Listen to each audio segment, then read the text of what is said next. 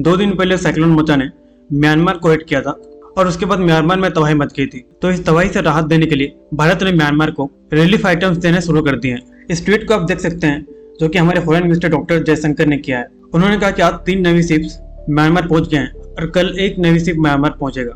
उन्होंने लिखा कि म्यांमार को emergency food items, tents, essential medicine, water pumps, portable generators, cloth sanitary items और हाइजीन आइटम्स एक्सेट्रा भेजे गए हैं। उन्होंने लिखा कि इंडिया ने सबसे पहले इस रीजन में रेस्पॉन्ड किया है रिलीफ देने के लिए।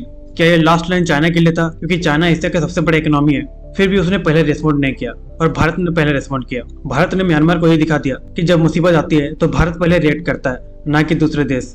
तो ये म्यांमार को रिलीफ देना इंडिया और म्यांमार की फ्रेंडशिप को और बढ़ाएगी। ये जो साइक्लोन मोचा था ये एक्चुअली अंडमान निकोबार आइलैंड के पास फॉर्म हुआ था, हिट कर गया म्यांमार को। तो IMD के अकॉर्डिंग इस साइक्लोन का highest wind 215 kilometre per hour था, जो कि 3 मिनट तक सस्टेन किया। म्यांमार में कू हो गया और वहां की आर्मी ने वहां का सत्ता संभाल लिया और डेमोक्रेसी खत्म हो गई। फिर भी इंडिया म्यांमार को सपोर्ट क्यों कर रहा है और इंडिया म्यांमार से दोस्ती रखना क्यों चाहता है, इस मैप से आपको पता चलेगा। दरअसल इंडिया को म्यांमार में बने अपने प्रोजेक्ट से लेना देना है।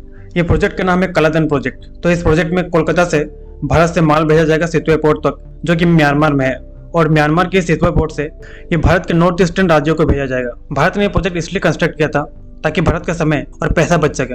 ऊपर से ये जो चिकन नेक है यहाँ आसाम के पास, इसने भी भारत को ये प्रोजेक्ट करने के लिए मजबूर किया था। अगर युद्ध के समय ये रीजन ब्लॉक हो गया तो नॉर्थ ईस्ट के राज्यों को सामान पहुंचाना मुश्किल होगा। तो इसलिए भारत ने दूसरा रास्ता अपनाया है। अगला न्यूज है अमेरिका से। तो अमेरिका ने इंडिया में जो 26/11 का अटैक हुआ था मुंबई पर, उसमें शामिल एक पाकिस्तानी ओरिजिन आदमी जिसका नाम ताहूर राना है, उसको भारत भेजने के लिए अलाउ कर दिया।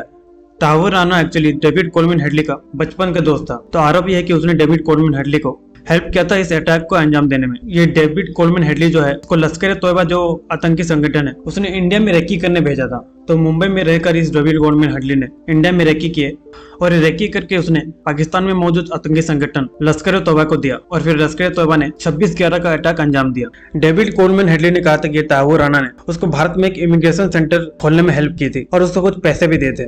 यूएस की कोर्ट ने ताहूर राना को 14 साल की सजा सुनाई थी, लेकिन उसके हेल्थ प्रॉब्लम के बाद उसको जल्दी रिलीज दे दिया गया था। लेकिन अभी भारत की गुहार के बाद उसको भारत भेजा जाएगा और भारत में सबूत के तहत इसके ऊपर केस चलेगी और इसको फिर से सजा सुनाया जाएगा। वैसे बता दूं कि ताहूर राना और डेविड कोलमैन हेडली हैं, उन्होंने 26/11 अटैक के बाद कहा था कि जो आतंकवादी इस हमले में शामिल थे उनको पाकिस्तान का सबसे हाईएस्ट मिलिट्री ऑनर देना चाहिए, जिसको बोला जाता है निशान हैदर। तो ये बयान इन दोनों का बहुत ही शर्मनाक बयान है। इनोसेंट लोगों का खून करने के बाद यह बयान इन लोगों को देना नहीं चाहिए था।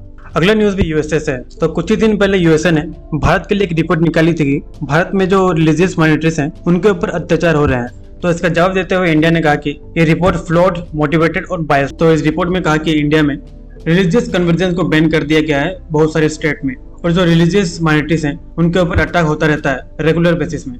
इस रिपोर्ट के अनुसार मुस्लिम्स को डिस्क्रिमिनेशन फेस करना पड़ता है और काऊ को लेकर भी मुस्लिमों के ऊपर बहुत सारे हमले होते हैं। इस रिपोर्ट में उन्होंने हेट स्पीच का भी हवाला दिया जो कि रिलीजियस माइनॉरिटीज के ऊपर किए जाते हैं। ये रिलीजियस फ्रीडम का रिपोर्ट असल में यूएस डिपार्टमेंट क्यों निकालता है, तो इसका रीजन है कि 1999 में जो यूएसए के प्रेसिडेंट थे बिल क्लिंटन, उन्होंने एक लॉ बनाया था कि दुनिया में रिलीजियस फ्रीडम को प्रमोट करने के लिए यूएसए का स्टेट डिपार्टमेंट हर साल दुनिया में हो रहे रिलीजियस फ्रीडम पे अपना रिपोर्ट बनाएगा। तो इसलिए अमेरिका ये रिलीजियस फ्रीडम का रिपोर्ट बनाता है।